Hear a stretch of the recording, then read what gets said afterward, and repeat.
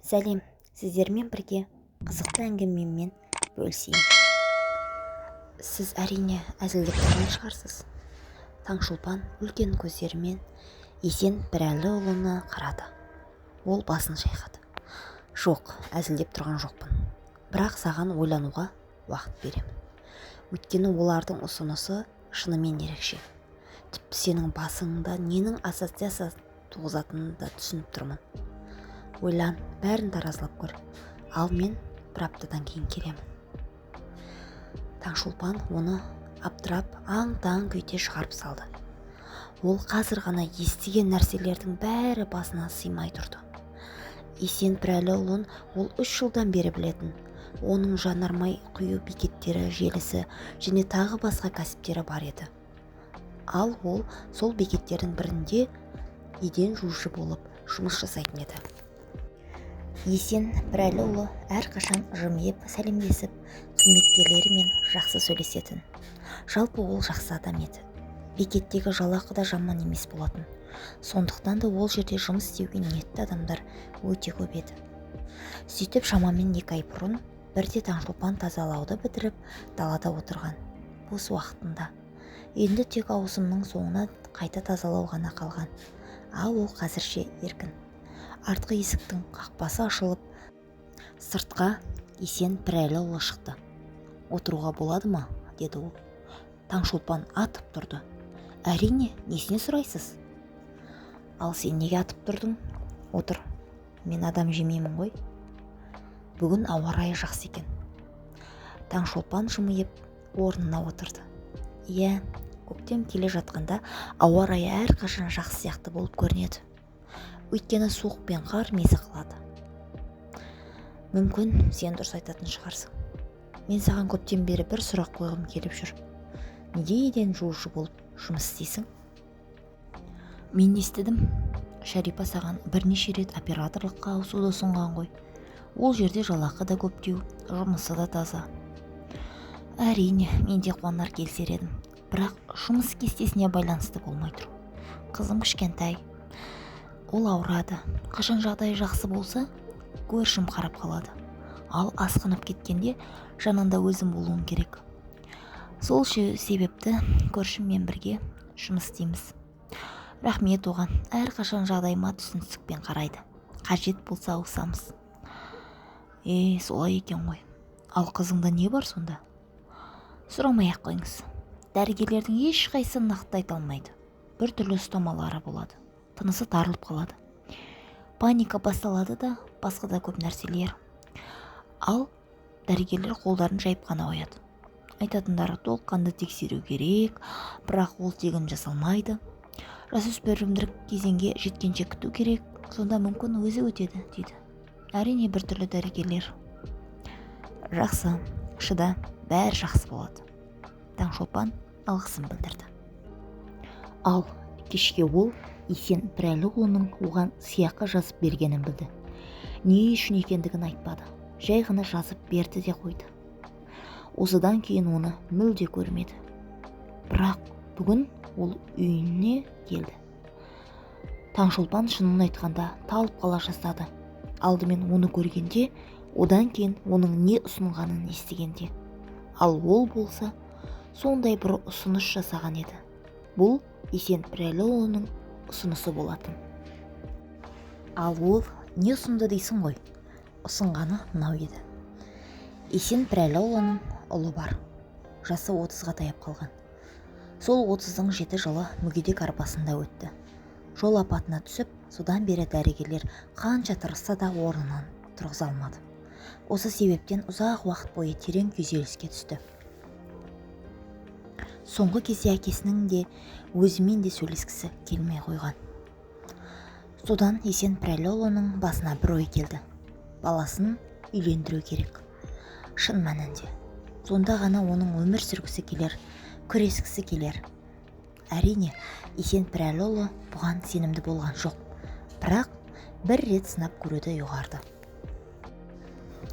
Және оған дәл осы іске ең қолайлы адам Таңшолпан сияқты көрінді. Таңшолпан, сендер өте тамаша өмір сүресіңдер. Сендерде барлығы болады. Қызың барлық қажетті тексерулерден өтеді. Мен саған 1 жылдық келісім ұсынамын. 1 жылдан кейін кез келген жағдайда кетесің. Ұлыма жақсы болса да, болмаса да мен саған өте жақсы ақы төлеймін. Таңшолпан ашу ыза мен таңданысынан тіпті сөз таба алмады. Ал Есенпірәліұлы бәрін түсінгендей болды. Таңшолпан, өтінемін, көмектес, келісе салшы. Бұл өзара тиімді ұсыныс қой. Тіпті мен ұлымның саған қол тигізетініне сенімді емеспін. Бірақ сенің бойыңда бір сыпайылық бар екенін білемін. Оның үстіне сен ресми түрде тұрмысқа шыққан боласың. Жай ғана махаббатсыз тұрмысқа шықтым деп елестеді. Тек бір нәрсені өтінемін. Қандай шешім қабылдасаң да, осы әңгіме арамызда қалсын. Тұра тұрыңыз, Есенпірәліұлы. Маған бір нәрсе қызық. Сіздің ұлыңыз осының бәріне келісім берді ме? Ер адам мұңайып жымиды. Ол маған бәрібір дейді. Мен оған бизнесімде қиындықтар бар, не болмаса денсаулығым сыр берді деп айта саламын. Немесе басқа бір себеп ойлап табамын. Маған тек оның үйленгені керек. Шын мәнінде үйленгені ұлымның әрқашан маған сеніп келген. Сондықтан бұл алдаудың өзінің игілігі үшін болмақ. Содан кейін Есенпірәліұлы кетіп қалды. Ал Таңшолпан ұзақ отырып қалды.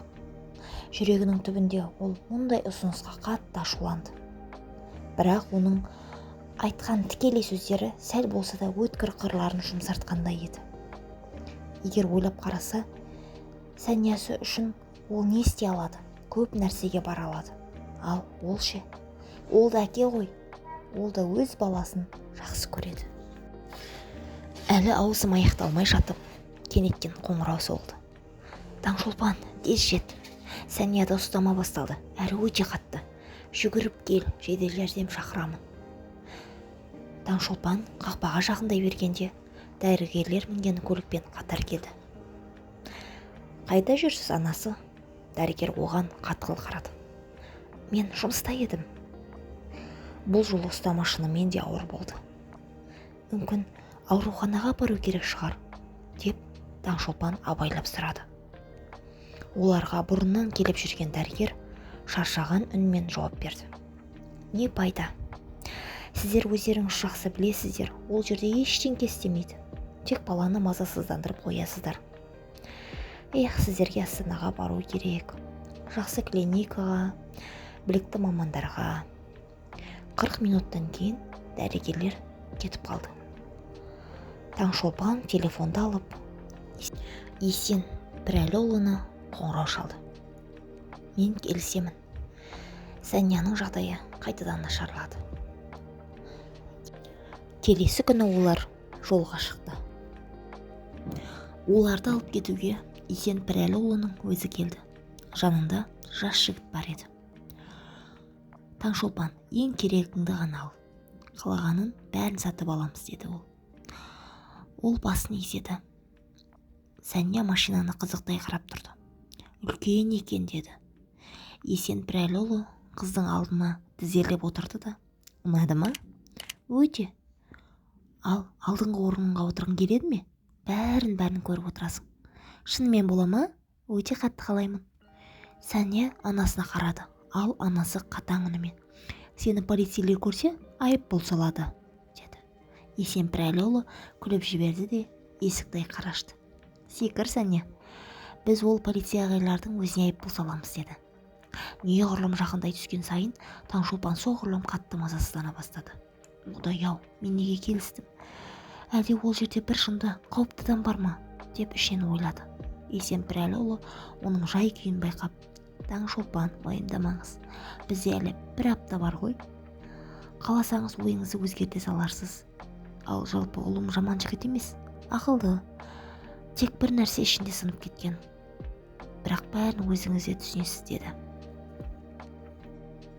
Таңшолпан көліктен түсіп, қызын шығаруға көмектесті де, бұрылып қараған сәтте қаққан қазықтай қатып қалды. Бұл үй емес еді. Нағыз қамал болады. Ал Сәния үнсіз қала алмады. Анашым, біз енді ертегідей өмір сүретін боламыз ба? деп қуана айғайлап жіберді. Есенпірәліұлы күліп кішкентайды қолына көтеріп алып, ұнады ма? Өте, деді қыз. Тойға дейінгі күндерде күйеу жігіт пен Таңшолпан санаулы рет ақ дастарханда жүздесті. Жігіт дерлік ештеңе жемейтін, тіпті сөйлемейтін, тек отырғаны болмаса, ал Таңшолпан оны жасырын көз қиығымен қарап қояды. Негізі көрікті екен, бірақ тым бозғылт. Әрине, себебі далаға шықпайды. Ол жігіттің өзінде қиналып жүргенін түсінді. Және де жігіттің мүлдем той туралы сөз қозғамағанына да іштей риза болды. Ал той күні келгенде Таңшолпанның айналасында 100 адам жүргендей еді. Кешегі күні ғана көйлекті әкеліп берген. Ал оны көргенде Таңшолпан орнында отырып қалған күйі. Мынау қанша тұрады десеңізші, деп ойлады Таңшолпан. Есенпірәліұлы жымиып, Таңшолпан, сен тым әсірелегішсің, саған оның бағасын білген дұрыс емес, деді. Айтпақшы, менде тағы бір нәрсе бар, қарашы. Ол кішкентай ғана көйлек шығарды. Дәл өзінікіндей, бірақ қыз балаға арналған. Сен не, барып киіп көресің бе? Қыз шыңғырып қуанып, тіпті құлақтарын бітеп алуға тура келді. Сосын өлшеп көру басталды. Кішкентай ханшайым әдемі көйлекті киіп алып, бөлмеде маңызды кейіппен жүрді. Бір сәтте Таңшолпан бұрылып, Қайсарды байқап қалды. Ол өз бөлмесінің ашық есігінде тұр екен. Сәнияға қарап, сәл ғана жымиып қойды. Қыздың бөлмесі енді олардың жатын бөлмесінің қасында орналасқан болатын. Таңшолпан енді қалай болатынын тіпті елестете алмады. Есенпірәліұлы оларға қала сыртындағы үйге баруды ұсынды. Бірақ Қайсар басын шайқап, рахмет әке, біз үйде боламыз, деді. Төсек үлкен еді, Қайсар алыста жатты, тіпті оған жағындайын деген ойы да жоқ сияқты. Сол себепті түні бойы ұйықтамаймын деп ойлаған Таңшолпан тезде ұйқыға кетті. Бір апта өтті.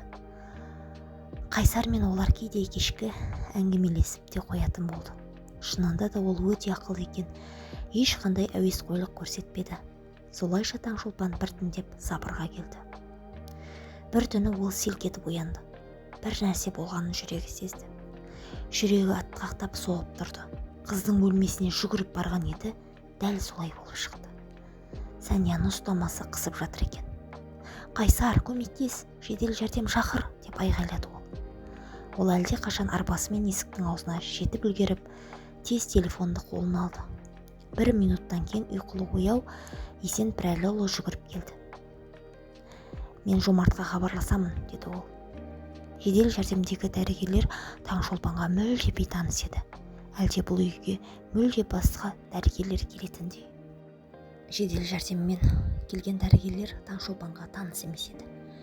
Әрине, бұл жаққа мүлде басқа жедел жәрдемдер келеді екен. Қараша үстіндегілердегі костюмдері қандай, құрал жабдықтары қандай. Сәлден кейін үйге отбасының жеке дәрігері де жетті. Қыздың ұстамасы басылған соң дәрігерлер ұзақ кеңесті. Таңшолпан қыздың қасында отырды, ал Қайсар да дәл жанында болды. Ол қыздың қолын өз алақанынан шығармай ұстап тұрды. Таңшолпан, бұл қашаннан бері бар, деп сұрады дәрігер. Туылғаннан бері, деді Таңшолпан бәсең ғана. Біз талай рет ауруханаға да жеттік. Сан түрлі тексерулерден өттік, бірақ еш нәтиже болған жоқ.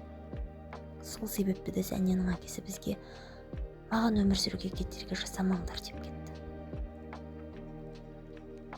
Ал сен оны жақсы көрдің бе? Деді кенеттен Қайсар. Таңшолпан тынып қалды. Бір сәт күйеуіне үнсіз қарап тұрды да ақыры сыбырлады. Иә, жақсы көрдім. Бірақ ол кеткенде тоқтата алмағаным аз сүйгенімнің белгісі шығар. Соның үшін де әкемнің ұсынысына келістің бе? Таңшолпан таңдана қастарын көтерді. Ал Қайсар жай ғана жымиып қойды. Әкем ойлайды ғой, мен ештеңе білмейді деп. Ал шындығында мен оны әрқашан ашық кітаптай оқи алатынымды. Шынын айтсам, ол маған кімді тауып берер екен деп қорқатынмын. Ал сені көргенде таң қалдым. Сен мүлде ақша үшін бәріне көнетіндердің қатарына жатпайсың. Сол үшін де дәл қазір бәрі өз орнына келгендей. Таңшолпан, сен жылама. Біз міндетті түрде Санияны емдейміз. Ол сенің қызың, мықты қыз, мен сияқты сынып кетпеді. Ал сен неге сындың? Сен ақылдысың, сымбаттысың, жақсы адамсың ғой, деді Таңшолпан. Қайсар мысқылдай күліп қойды. Айтшы, басқа жағдайда болса, сен менің әйелім болар ма едің? Таңшолпан сәл ойланып тұрды да, басын изеді. Иә, сені жақсы көру, көп адамды жақсы көруден әлде қайда жеңіл. Бірақ мәселе мұнда емес, қалай түсіндірерімді де білмеймін. Қайсар күлімсіреді. Ештеңе түсіндіріп қажеті жоқ. Білесің бе, мен саған бір түрлі сенемін. Бірнеше күннен кейін Таңшолпан Қайсарды бір түрлі іспен айналысып жатқан жерінен көріп қалды. Ол бір түсініксіз құралдарды алып, бірдеңе жасап жүрді. Спортпен шұғылданып жатқан сияқты көрінді. Бұл не? Деді Таңшолпан. Бұл жаттықтырғыш, деп жауап берді Қайсар. Мен апаттан кейін бірден күніне кемінде 3 сағат бойы осыны қолдануым керек еді. Бірақ мен ештеңеге көмектеспейді деп ойладым. Ал қазір, білесің бе, Санияның алдында ұялып жүрмін. Және сенің де. Осы сәтте есік қағылды. Көрінген Есен Пірәліұлының басы. Кіруге болады ма? Әрине, кір әке, деді Қайсар. Ер адам табалдырықта қатып қалды. Ұлын не істеп тұрғанын көріп, сосын тамағын кенеп Таңшолпанға бұрылды. Маған айтшы, сенің босануың қиын болды ма? Иә, ал не болды? Дәрігер айтты, ең ықтималы Санияны тартып шығарған. Содан соң оның самай сүйегі зақымданған. Сыртынан бәрі жазылып кеткен көрінбейді, бірақ іште бір миға қысым түсіп тұр. Бұл мүмкін емес. Таңшолпан тізесін бүгіп отырды. Енді не істейміз? Көз жасы оның бетімен сырғып кетті. Жылама, деді Есен Пірәліұлы. Дәрігер айтты, бұл аса қорқынышты емес, бірақ ота жасау керек. Сол кедергіні алып тастайды, сонда Сания кәдімгі қыз сияқты болады. Бірақ бұл оның басы ғой, бұл өте қауіпті, деді Таңшолпан. Қайсар оған еңкейіп, қолынан ұстады. Таңшолпан, сен әкемді тыңдашы. Сәния енді ұстамасыз өмір сүре алады. Ал ол қымбат па? Деді Таңшолпан күмәндана. Есен Пірәліұлы оған таңдана қарады. Бұл сұрақ сені мүлдем мазаламау керек. Сенің қазір отбасың бар ғой. Таңшолпан Саниямен бірге ауруханада болды. Ота сәтті өтті. Дәрігерлер 2 аптадан кейін олардың міндетті түрде үйге оралатынын айтты. Үйге? Ал қазір Таңшолпанның өзі де түсінбей қалды. Шын мәнінде оның үйі қайда еді? Қайсар жиі қоңырау шалатын, ұзақ сөйлесетін, онымен де, Саниямен де жайғын әңгімелесетін. Таңшолпанға олардың 100 000 жылдан бері таныс сияқты көрінетін. Ал уақыт өтіп жатты. Жыл да тез аяқталмақ. Ал сосын не болмақ? Таңшолпан әзірге ол туралы ойлағысы да келмеді. Олар үйге кешке қайтып оралады. Оларды алып кетуге Есен Пірәліұлы келді. Бірақ ол көңілсіздеу көрінді. Бір нәрсе болды ма? Деді Таңшолпан. Тіпті қалай айтуды да білмеймін. Қайсар 2 күннен бері ішіп жүр. Қалайша? Ол негізі ішпейтін еді ғой. Солай болып тұр. 1 ай бойы тренажерде жаттыққан, сосын ашуланды. Ештеңе шықпай жатыр, деді. Таңшолпан бөлмеге кірді. Қайсар жарықсыз отыр екен. Ол жарықты қосты да үстелдің бетін жинай бастады. Не үшін жинап жатырсың? Қайда алып барасың? Енді ішпейсің. Неге? Өйткені мен сенің әйеліңмін. Маған сенің ішкенің ұнамайды. Қайсар абдырап қалды. Бұл ұзаққа емес қой. Енді Сәния сау. Демек, мүгедектің жанында қалуға себеп жоқ. Таңшолпан тік тұрды да, айтқың келген ақымақтың жанында ма? Қайсар, мен сені мықты, ақылды, бәріне қабілетті деп ойладым. Менің қателеспеуім керек. Ол басын салбыратты. Кешір, мен шамасы шыдай алмадым. Бірақ мен енді үйдемін ғой. Мүмкін бәрін қайта бастармыз. Жыл да аяқталды.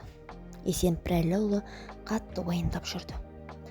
Қайсар енді ғана өздігінен тұра бастаған. Әзірге жүре алмайтын, бірақ дәрігерлер мұндай қарқынмен жүгіріп кетеді деді. Ал Таңшолпан ше, ол жақында кетуі керек. Тағы ақша ұсынайын ба? Кешкі асқа бөлмеге Таңшолпан, Сәния және арбадағы Қайсар шықты. Әке, бізде сізге жаңалық бар деді олар. Ол қорқып оларға, сосын Таңшолпанға қарады. Кетіп бара жатсың ба? Таңшолпан мен Қайсар бір-біріне қарады. Таңшолпан басын шайқады. Жоқ, енді қинай бермеңдерші, айтыңдаршы. Сіз жақында ата боласыз, ал Санияның інісі немесе қарындасы болады. Есенпірәліұлы ұзақ үнсіз отырды да, содан кейін жай ғана жылап жіберді. Барлығын құшағына басып, тоқтамай жылады. Егер әңгіме ұнаған болса, каналыма тіркеліп, лайк басып кетіңіздерші. Алдын ала рахмет.